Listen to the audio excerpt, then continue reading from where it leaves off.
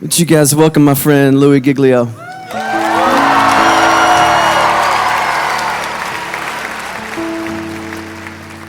You guys can have a seat. Thank you so much. Man, what a great confession. We're calling this, I think you knew this already, the How Great Is Our God Tour. Not just because God has given Chris this phenomenal song that circled the globe, but we're calling it the How Great Is Our God Tour because we are here tonight worshiping a God that is far beyond anything we could ever dream of or imagine. We are here tonight to worship a huge, massive God of grace and glory. If there's anything that could happen tonight, our heart is that we will leave tonight with at least a couple of things having happened to us. One being that our view of God will be completely blown up all over again, and that the view that we have of God will be expanded in this place tonight, and that we will leave here with the confidence that He is able to hold on to us and hold us together no matter what circumstances come our way in this lifetime. And if you were with us on the Indescribable tour, we sort of took a swing at that first part, looking at the bigness of God and the greatness of the universe. Anybody make it out to the Indescribable tour, by the way? A few of you guys were there. The story of it in a nutshell was that the heavens are telling the glory of God. Their expanse declares the work of His hands. In other words, all you have to do is look up and you see the size of the God that we're worshiping tonight. We ended that, just a little review, with this galaxy right here, the Whirlpool Galaxy. You're like, man alive, we're talking about astronomy at a Christian worship service. Why not? The God that we're worshiping tonight is the one who created that right there. It's called the darling of astronomy. The reason why is it's sitting completely perpendicular to us on Earth, and when we look up at it, we get this beautiful view. But check this out. The Whirlpool Galaxy is 31 million light years away from where you're sitting right now. Okay, they got nothing in here tonight. 31 million light years away. That's just the first little thing we got to catch up with tonight. By the way, the story opens like this. In case you forgot, in the beginning, God created the heavens and the earth, and He said, "Let there be light," and there was light. And that was a phenomenal moment when that happened, because light came out of the mouth of God traveling 186,000 miles a second. That's how fast light is traveling through the universe. And so a light year, therefore, is how far light travels in 1 year, and I'll do the math for you. It's 5.88 trillion miles is a light year. So as we talked about before, when you start to get around in the neighborhood of God, the mile is not going to help you. The yardstick, the ruler, the tape measure, these things are of no value in the universe that God has made. We're using a ruler called a light year that's 5.88 trillion miles long. And if you'd like to go to the Whirlpool Galaxy, be my guest. All you have to do is multiply 31 million, that's how many light years it is away, by 5.88 trillion miles, and that's the distance that you've got to cover. Anybody with me so far? I'm wondering, are there any science lovers here tonight? Because we're going to have a little scientific content tonight, and I need to know if anybody's going to be with me so far. So you do the math, or you could look at it a different way. You just have to travel 186,000 miles a second for 31 million years, and voila, you will arrive at the Whirlpool Galaxy.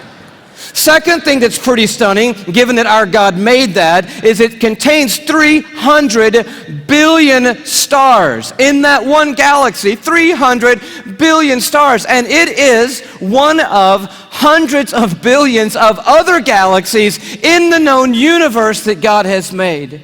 And it just reminds us all over again tonight, man, this God that we're singing to tonight, He's enormous. He's bigger than anything we've ever dreamed of. He's bigger than our wildest imagination of Him. But we ended by looking inside that thing, and this is pretty stunning. Those of you who've seen it remember, but the Hubble Space Telescope is circling the Earth at 360 miles above the Earth, and it takes amazing images of these galaxies and other phenomena of the cosmos, and it looked into that white core of the Whirlpool Galaxy, and lo and behold, there is a black hole in there. And we'd never seen it before until Hubble could take an image of it, and I found this on NASA's site, hubblesite.org. This is what Hubble sent back to us from 31 million light years away from the black hole core of the Whirlpool Galaxy. They send us back this image right here, and it's just crazy. It's crazy. It's the glory of God, the grandeur of God. It's the grace of God and the mercy of God everywhere we look. It's the imprint of God in all of creation, everywhere we turn. And tonight we just want to begin with the bigness of God, the grandeur of God all over again. We're going to do it by looking at 4 stars. Can you handle 4 stars tonight? The first one's easy because there's just one star in our solar system, and that star is called the sun. Thank you very much. Yes, it's our own star. It's there's an image of it for you, by the way. It's a little more fierce than we often think. It's 10,000 degrees Fahrenheit on the surface, but what I want you to see about it is how big it is. It's 93 million miles away, so when you're looking up in the sky, it's pretty good pace out there. By the way, light traveling 186,000 miles a second. It's only taken 8 minutes to cover that 93 million mile journey to touch your skin here in Atlanta, Georgia. But what I want you to see is the size of it. It's like 1,000,000 times the size of the earth, and that matters to us tonight when you hear what the psalmist said. Listen to his words. By the word of the Lord, this is Psalm 33, the heavens were made. In other words, God didn't lift a finger when he made the universe. By the word of the Lord, the heavens were made. But he goes on to say, their starry hosts by the breath of his mouth. So we're looking at something so intense that we don't want to get any closer than 93 million miles away, which is what we are right now. And then we read that God just breathes out stars. It's crazy to think about it. 1,000,000 times the size of the earth. So here's a little perspective that sort of changed my life. If the earth were the size of a golf ball, okay, the sun would be 15 feet in diameter. Okay, that didn't seem to move anybody either, so let me try it a different way. Let me just try it just a different way. I thought I might need this, so I brought a golf ball, okay? So all through the evening, this is going to represent Earth, all right? So this is where we are. I need everybody in the building to look as closely as you can and find yourself, okay? And when you found yourself, I want you to nod your head so that I know you've located you on the earth, okay? You're nodding your head? Okay, you found yourself. If the earth were a golf ball, the sun would be 15 feet in diameter. That's not 15 feet in diameter. Can we blow that up just a hair, maybe give them 15 feet in diameter? So here's a little perspective for you, okay? Is this working for anybody? Here we are on the earth, and that's the sun. It's so big, you could put 960,000 Earths inside the sun. So if the earth were a golf ball and the sun were 15 feet in diameter, you could put 960,000 golf balls inside that 15-foot diameter sun. That's enough golf balls, by the way, because I know that seems like a big number, to fill a school bus with golf balls could fit inside the 15-foot in diameter sun. It's a massive star, and it's one of hundreds of billions of stars in the Milky Way galaxy, our cul-de-sac in the neighborhood called the cosmos that God has made. It's huge, and we're worshiping a star-breathing God tonight. But I want to tell you about the second star, okay? Because the second star absolutely wrecked my life. I heard about it when I was a high school student here in Atlanta. One of our youth leaders did a talk, and he mentioned this star. I didn't know how to talk to God for about 2 months after I heard about this star. It's called Betelgeuse or Betelgeuse. You can pick your pronunciation. I'm obviously going with Betelgeuse, and Betelgeuse is incredible. Here it is in the night sky. I know it doesn't look incredibly ferocious, but it's 427 light years away. So that's 427 times 5.88 trillion miles away from us right now. Draw it in a little closer with the Hubble Space Telescope, and you can start to get a little bit of the feeling of its intensity. But this is the crazy thing about Betelgeuse. Are you ready for this? Betelgeuse is twice the size. Are you ready? You think I'm going to say twice the size of the sun? Oh no, it's twice the size of the Earth's orbit around the sun, Betelgeuse is. It's crazy. If the earth were a golf ball, Betelgeuse would be the height of 6 Empire State Buildings on top of each other. Now, come on, have you seen the Empire State Building? I mean, maybe what you're going to need to do is gather the family, get a golf ball, get some plane tickets, and fly up to New York. And you're going to go into Midtown, you're going to take your golf ball and put it on the sidewalk outside the Empire State Building. Don't worry about people thinking you're crazy. They're not even going to notice you in New York. You're going to go across the street. You're going to look up at the Empire State Building and imagine 5 more Empire State Buildings on top of the Empire State Building. That's Betelgeuse, and that's the earth, and somewhere you're on it.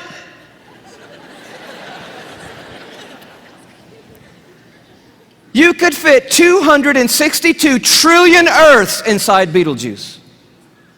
So if the Earth were a golf ball, that would be enough golf balls to fill up the Superdome with golf balls. 3,000 times.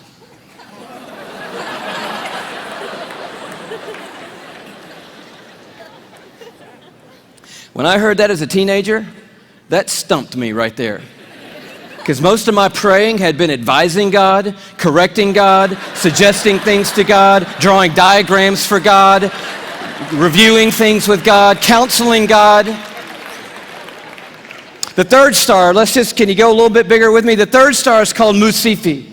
Here it is in the night sky. It's that gold star to the top left. We have the big image of it. It's 3,000 light years away, but I just want you to see it in the span of all these little glittering stars so that you know that at times when you look up at night, it is not just twinkle, twinkle, little star, how I wonder what you are. I'm telling you what you are. What you are is intense and huge and massive and ferocious is what you are. And this one used to be called Herschel's Garnet Star. Check it out. If the Earth were a golf ball, Musifi would be the width of 2 Golden Gate bridges end to end. Apparently, you're going to need to go from New York to the West Coast. Go to San Francisco with your family and your golf ball. Place your golf ball at the beginning of the Golden Gate Bridge. Go across the bay into Oakland to a high place where you can see the entire Golden Gate Bridge. Another second Golden Gate Bridge will be in your imagination. Span all the way back the 2 Golden Gate Bridges to the very beginning and find your golf ball over there. That's the Earth, and somewhere you're on it. One of the stars in the Milky Way galaxy. It's so big you could fit 2.7 quadrillion Earths inside this one star.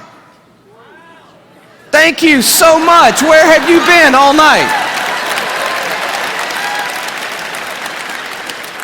Now, quadrillion we have not talked about, and I need to explain this just briefly because I don't know about you, but I do not understand the national debt or any numbers bigger than about $875.28. I get that number.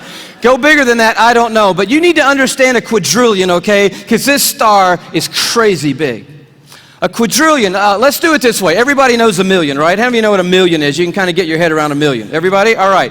You know that a billion's 1,000 million, and a trillion is 1,000 billion, and a quadrillion is 1,000 trillion, right? Everybody knew that? Here's the perspective. This changed my life, right? A million seconds ago, 12 days ago. Isn't that cool? See, that saves you doing that on your little calculator at home, which I dare you to try to do when you get home tonight. But a billion seconds ago, you're thinking, oh my goodness, if it's 12 days ago, I'm going all the way back to like September with you, Louis. This must be crazy, right? How about May 1975 is a billion seconds ago? You're like, whoa, that's a little bit bigger than a million. Oh yeah. A trillion seconds ago, you're like, I'm on the 1800s. No. Christopher Columbus? No. 29,700 BC is a trillion seconds ago. A quadrillion seconds ago, 30,800,000 years ago is a quadrillion seconds ago. We're talking about a really large number, and Musifi is so big, you could put 2.7 quadrillion Earths inside this one star. But it is not even the biggest star we have found. I love science, and science has just brought us the largest star they found. It's called, are you ready for this? Canis Majoris. Now, I'm no linguist, but that's a cool name for the biggest star we've found so far. I think that means the big dog star, and that's exactly what it is. I bring it to you as a little bitty purple, glow just to the right of center there. But Canis Majoris, oh wow. If the Earth were a golf ball, Canis Majoris would be the height of Mount Everest.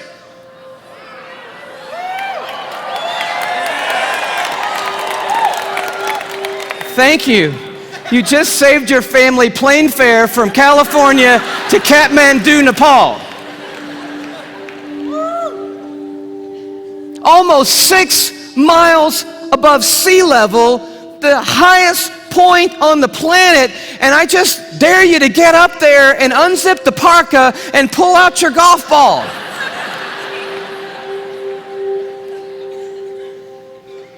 You could fit 7 quadrillion Earths inside Canis Majoris. That's enough Earths, if the Earth were a golf ball, to cover the entire state of Texas in golf balls, 22 inches deep. You see the one you're on?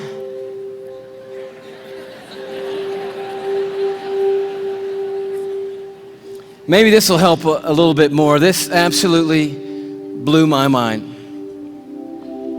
Just a little journey through our solar system. Everyone knows our planets and sort of how we fit in to the story here. You see really quickly that we're not even the biggest deal in our own solar system, but as Earth comes by, you have to know tonight that we are living on a privileged planet. Anyone would tell you we're living at one of the most special places, if not the most special place in all of creation. But Neptune comes by and Saturn and then Jupiter, and you're like, okay, we're not all that big, even in our own little cul-de-sac.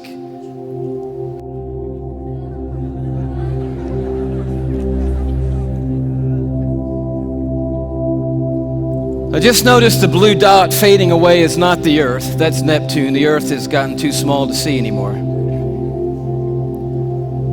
Sirius comes by. Little plug for satellite radio. Not the biggest star, but the brightest star that we have found so far. Pollux, which we didn't mention. Arcturus. Such a beautifully named one, Regal. But then the one that messed me up.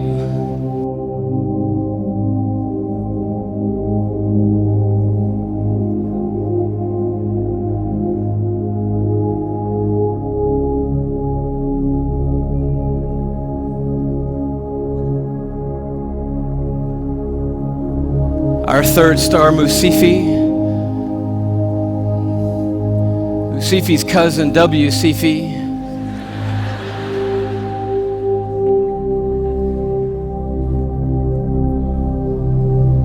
Canis Majoris.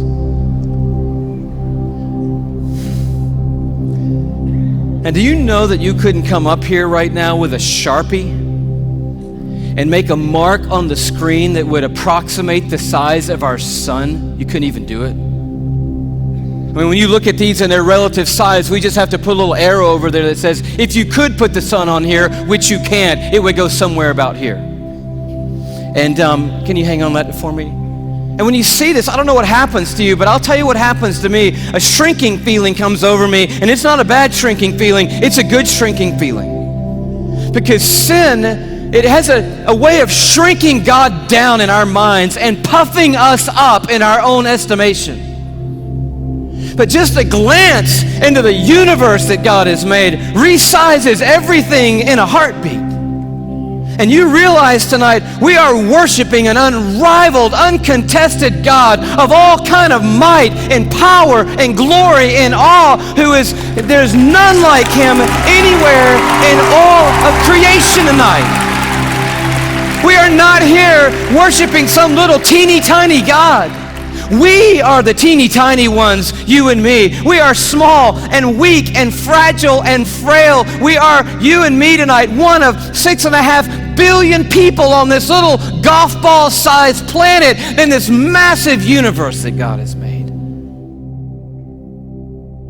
But I'll tell you, the miracle of tonight is crazy, and crazier to me than the size of any star, is that though we are but a vapor, you and me, and tiny and frail, we are marked by majesty. And we have been created in the very image of the God who breathes out the stars and put the universe into place. You and I are fashioned and formed and ordained by the God of all creation. We are fearfully and wonderfully made, you and I. We are a miracle. You're a miracle sitting in the building tonight. If I could just remind you just for a moment, you are somebody incredibly special. Let me just dial back to the beginning, and I know you know this already, but in the very, very beginning, here's how you happened, okay? One cell from your mom found one cell from your dad. Now, there's more involved in that than that, but that's enough for us right now. And by the way, we should applaud the one cell from your dad, because that one cell did a pretty heroic thing to be the one cell in the story that we're talking about tonight. One cell from your mom met up with one cell from your dad, each one carrying 23 chromosomes. The one from your mom was carrying half of her DNA. The one from your dad was carrying half of his DNA. And those two cells met and merged into one single cell. And when they did, those chromosomes matched, and they began to form together a brand new DNA code. Using 4 characters, 4 nucleotides, they begin to write out what we have now discovered is the 3 billion character description of who you are, written in the language of God. They wrote out your DNA, your human genome of 3 billion characters made up of those 4 simple nucleotides. And when they did, they described who God had ordained you to be. In that one little simple cell. Scientists say if you took the DNA out of that one little cell and stretched it out, that DNA would be 6 feet long. 3 billion characters stretched out to 6 feet long. So amazing that if I were to read your DNA, reading 1 character per second, night and day, it would take me 96 years just to read the description of you. And when they formed together, they wrote out and painted a picture which had never been written before in the history of humankind. And then that cell did the unthinkable. It set out to build that model from one cell. I'm telling you, you are a miracle sitting in this building tonight. And you have come a long, long way. I mean, here you are. This may not be in the family photo album, but here you are at 3 days old. 16 cells of you. You say, what in the world is that? It's a 16-cell human embryo on the tip of a safety pin at incredible magnification. So by now, that one cell had turned into 16 cells on its way to making the 75 trillion cells that make up your body tonight. Every one of those 75 trillion cells containing that 6 feet of the 3 billion character DNA code that's you. There's so much DNA in your body, by the way. If you stretched it all end to end, there'd be enough DNA to go to the moon and back inside your body. 178,000 times. That's how amazing God has made you to be. 75 trillion cells in your body. And when I told you that, 50,000 of those cells died and were replaced by brand new cells when I told you that. And then just now, 50,000 more cells died and were replaced by brand new cells. It's happening every 3 seconds, day and night, all the days of your existence. And you wonder why you're tired all the time. I'll tell you, you're doing some amazing stuff night and day. We're miracles, you and me. I love the way Augustine said it, one of the great fathers of the church and of the faith. He just nailed it when he said it like this. Men go abroad to wonder at the height of mountains, the huge waves of the sea, the long course of rivers, the vast compass of the ocean, the circular motion of the stars. But they pass by themselves and they don't even notice. In the womb, miracles happening every moment. Here you are at 5 months in the womb. You remember those days? Those were the good old days. And just miracles happening every second. Let me tell you about one. Million optic nerve endings left the optic nerve center of your brain in the womb, headed for 1 million optic nerves that had left your eye. And they had to meet and match their exact partner. 1 million looking for 1 million. And when they found their exact partner out of 1 million and matched up together, in that instant you had sight. And anyone would tell you that to this moment, the most technologically advanced thing on planet Earth is your eye. Oh, but it didn't do you any good, because when that moment happened, you just had one piece of skin completely covering your eyeball. But as I read in one textbook, miraculously and mysteriously at about the 6th month, a little cutting device appeared, and it cut perfectly that piece of skin. And you had eyelids for the very first time in your mother's womb. You are fearfully and wonderfully made. And the God of the heavens is the one who fashioned you together. And He knows your name tonight. And He knows every single thing there is to know about you. And He's made you a promise that for those who trust in Him, He will literally hold them in His hand and carry them all the days of their life. This Psalm 33 that talks about a star-breathing God turns an interesting corner. It says, "For He spoke and it came to be. He commanded and it stood fast." That's power and awe. But now it gets very personal. From heaven, the Lord looks down and sees all mankind. From His dwelling place, He watches all who live on earth. He who forms the hearts of them all and is intimately acquainted with everything they do. And then He goes even further. And He says, "The eyes of the Lord are on those who fear Him, on those who hope in His unfailing love." And here comes His promise: to deliver them from death and to keep them alive in famine. And that is the promise tonight, because this building and our world is filled with hurting people, with lives that are spinning out of control, with pain that we didn't ask for or could never imagine. And God is making a promise to us tonight. He's saying, "I am a universe maker and I am a heart former, but I'm also big enough to be intimately acquainted with all the circumstances of every one of your lives. And I promise you, no matter what comes in this lifetime, no matter how difficult the road or how dark the night, I will hold on to you, and I will literally hold you together and carry you through any and every circumstance that ever comes your way, any moment on this planet." It's the promise of God. And you say, "Well, man, that sounds good, but how do I know that's true in my life right now, Louis?" I mean, that's really what we want to know tonight. And I'll tell you how you can know tonight that God will always hold you together no matter what. It's by looking a little deeper into the human body, and it's a little protein molecule called laminin. Yeah, that's about what I felt the first time I heard that.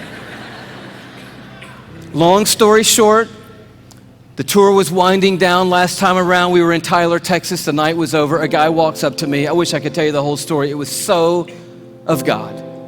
Introduces himself to me, says, "How are you doing? I just wanted to say hello." I said, "It's nice to meet you." He says, "You guys winding the tour down? Where are you going to go from here?" I said, "Well, I'm on my way back home to Atlanta, Georgia." He said, "Well, what's next for you?" I said, "I'm going to be preaching the next 2 Sundays for my pastor back in Atlanta." He said, "Oh, cool. What are you preaching on?" I said, "Well, the series is on the glory of God in the human body." He said, "That's really amazing. I'm a molecular biologist at the university down the road. Give me your talk." And I was like, oh, wow, I wasn't quite yet ready to unload the talk for a molecular biologist. So I kind of stumbled through what I had, and he's kind of being kind and gracious and like, that's good. And then he says, "Well, what's your big left hook? You got to have a left hook, a big finish, right?" I said, "I don't have a left hook yet." He said, "Oh, Louis, oh man, your left hook is laminin." And I'm totally blank on laminin. He goes, Louis, it's a cell adhesion molecule. Protein molecule? Do you know about proteins? I'm like, no. He said, Louis, cells organize into certain molecular structures, and that determines what protein there are. There are between 10 and 60,000 proteins in the human body. We don't even know how many proteins are in the human body. But one of them is a cell adhesion molecule. It's organized into this certain structure, and that tells the cell what its job is in the body. And this one is a cell adhesion molecule. And I'm like, all right. He said, no, Louis, it's like the rebar of the human body. The steel they put in the concrete when they lay the foundations of things, it's that stuff. It's holding your membranes together. It's the glue of the human body, Louis. It's laminin. You got to tell them about laminin. And I'm like, I promise you, I'm going home and tell them about laminin. And I'm sure when I do, revival is going to sweep across the church and probably around the world when I tell them. He said, no. You got to see laminin. I'm like, okay, let's see it. He said, no. You need to go look it up online. You need to go Google laminin. I'm like, I don't even know how to spell laminin. Takes his card out. He writes on the back, Laminin. I'm like, okay, I cannot wait to get to my computer and get on Google, click on images, type in laminin, and I'm waiting, and these little thumbnails come up on the screen, and I'm like, wow. That's laminin, the cell adhesion molecule. Woo! I am so excited. I am beside myself. I cannot believe what I'm seeing. I love laminin. I'm so fired up. You should see laminin, I guess. That's the thing, right? Okay. Here is a scientific diagram of the laminin cell adhesion molecule that's holding your body together right now, okay? This is what I found right here.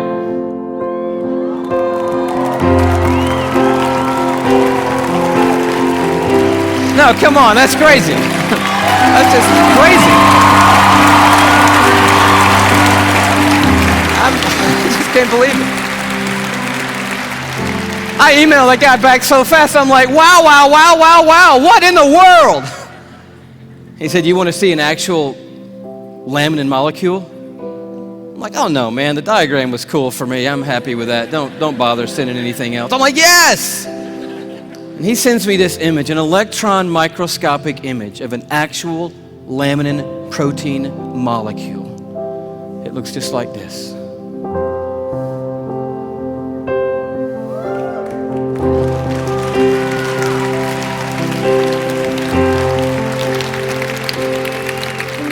Like, how crazy is that? That the stuff that holds our bodies together, that's holding the lining of your organs together, holding your skin on, is in the perfect shape of the cross of our Lord Jesus Christ. And immediately I'm thinking about the words of Paul in Colossians 1. You know this beautiful passage where Paul's talking about the supremacy of Christ and the sufficiency of Christ. He says, for by him, talking about Jesus Christ, all things have been created, things in heaven and things on earth. All things were created by Jesus and for Jesus. But then the next verse goes on to say this. It's crazy. And he, Jesus, is before all things, and in him, that is, in Jesus Christ, all things hold together. It's right there. I'm like, of course they do. Of course they do. Everything holds together in Jesus Christ. And he goes on at the end of this paragraph, and he just tells the story of grace. He says, for God was pleased to have all his fullness dwell in Christ, and through Christ to reconcile to himself all things by making peace through his blood shed on a cross. So you're at the toughest place in your life. How can you know that God is going to hold you together and bring you through? You know, because there is a cross standing over history, and it is looming over this building tonight. It is the place where the star breather became the sin bearer, where the universe maker became mankind's Savior. And it is proof that God doesn't always change the circumstances. He did not change them for Jesus on that hillside outside Jerusalem. But the cross is also proof that God always has a purpose in the circumstances, and that His purpose and His plan will prevail and will triumph through any circumstances in this world.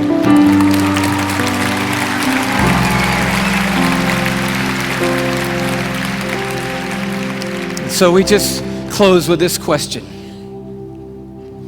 It's found right in the middle of an interesting chapter in Isaiah 40 where it just talks about the expanse of God. He stretches out the heavens like a curtain, like a tent to dwell in. He leads forth the starry host one by one and calls them each by name. But then it takes a turn.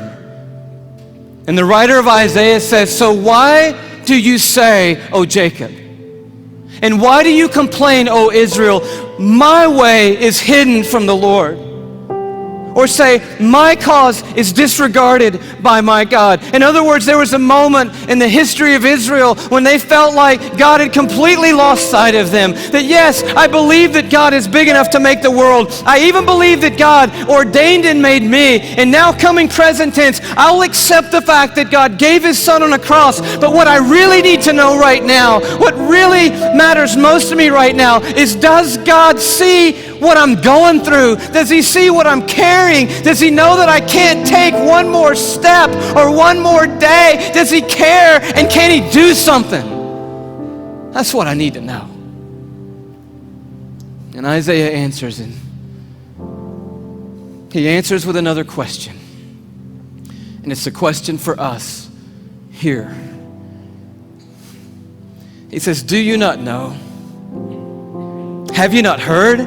The Lord is the everlasting God, the creator of the ends of the earth. He will not grow tired or weary, and His understanding no one can fathom." He's huge. He is a star breather. He's big. But listen to what He loves to do. That God, that creator of the ends of the earth, that I do not grow tired or weary, that my understanding's too great for you, that God, here's what He does. He gives strength to the weary, and He increases the power of the weak. For even the youths will grow tired and weary, and young men will stumble and fall. But those who hope in the Lord, another translation, those who wait upon the Lord.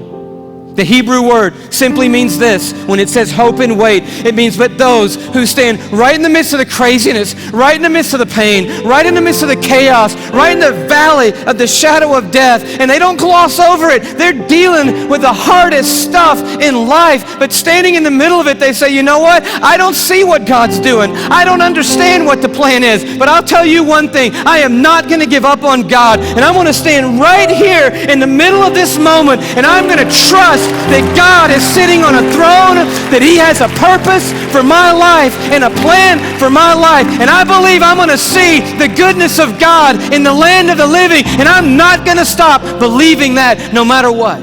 That's what the word means, to wait and to hope on the Lord. And He said, and here's the promise. You're going to wake up to rosy circumstances. No. Oh, He can do that, and He does do that. But the promise is greater than that. He said, those who wait upon the Lord, here's what I promise: I will renew your strength. And when you think you can't take one more breath, I'll give you enough to keep going on. And enough to keep going on. And enough to keep going on. And to keep going, and to keep going, and to keep going. You keep hoping, and I'll keep causing strength to rise when you hope. And you'll keep going, and you will feel like you have been swept up on the wings of eagles, and you will run and not get weary, and walk through it all and not faint. He said, I will hold you even when you let go of me, I'm not going to let go of you. Did you know there are millions and millions and millions of microscopic crosses holding you together right now?